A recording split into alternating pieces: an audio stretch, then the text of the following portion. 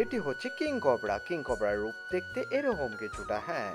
তো নমস্কার বন্ধুরা, কেমন আছো সবাই? চলে আসলাম আরেকটি নতুন ব্লগ নিয়ে তোমাদের কাছে। সকাল সকাল বাইক নিয়ে বের হয়ে আমি চলে যাচ্ছি তিলাবাড়ির দিকে আগে, কারণ তিলাবাড়িতে আমাকে একটু কাজ করতে হবে। সেখানে কি প্রবলেম দিছে নাকি আমাকে ডাকলো, তো দুজনে মিলে গল্প করতে করতে চলে যাচ্ছি সেই ফ্যানটির দিকে, হ্যাঁ, যেখানে ফ্যানটি লাগানো আছে।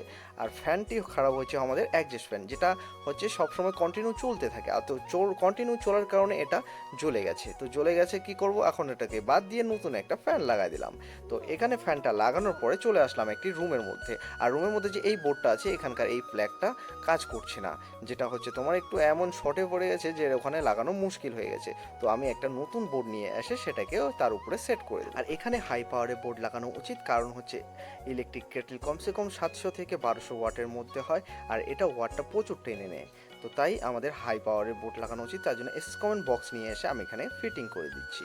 আর এখানে ফিটিং করতে গেলে আমাকে প্রথমে বোর্ডটা ফিটিং করতে লাগবে কাঠি দিয়ে। আর এখানে অ্যাকচুয়ালি ড্রিল দিয়ে করা উচিত, তো আমি এখন ড্রিল নিয়ে আসিনি।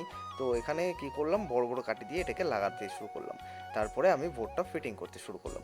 আর বোর্ডটি ফিটিং করার পরে আমি এখানে তারগুলো জুড়ে দেবো। তার জোড়ার সময় অবশ্যই মাইনাস প্লাস একটু দাগ দিয়ে নেবে, কারণ হচ্ছে মাইনাস প্লাসে সমস্যাটা সব জায়গায় থাকে। তো ওটা যাতে না হয় তার জন্য সেটাকে আগে মার্কিং করে নিয়ে তারপরে বোর্ড ফিটিং করবে। বোর্ডটা ফিটিং হওয়ার পরে আমি এখানে টেস্টিং করে দেখি। তো তারপরে আমি বাইক বের করে সিধা মূর্তির দিকে রওনা হলাম। আর মূর্তির দিকে আসার পরে এই যে এই অ্যাডজাস্ট ফ্যানটা আছে, এটা বড় অ্যাডজাস্ট ফ্যান।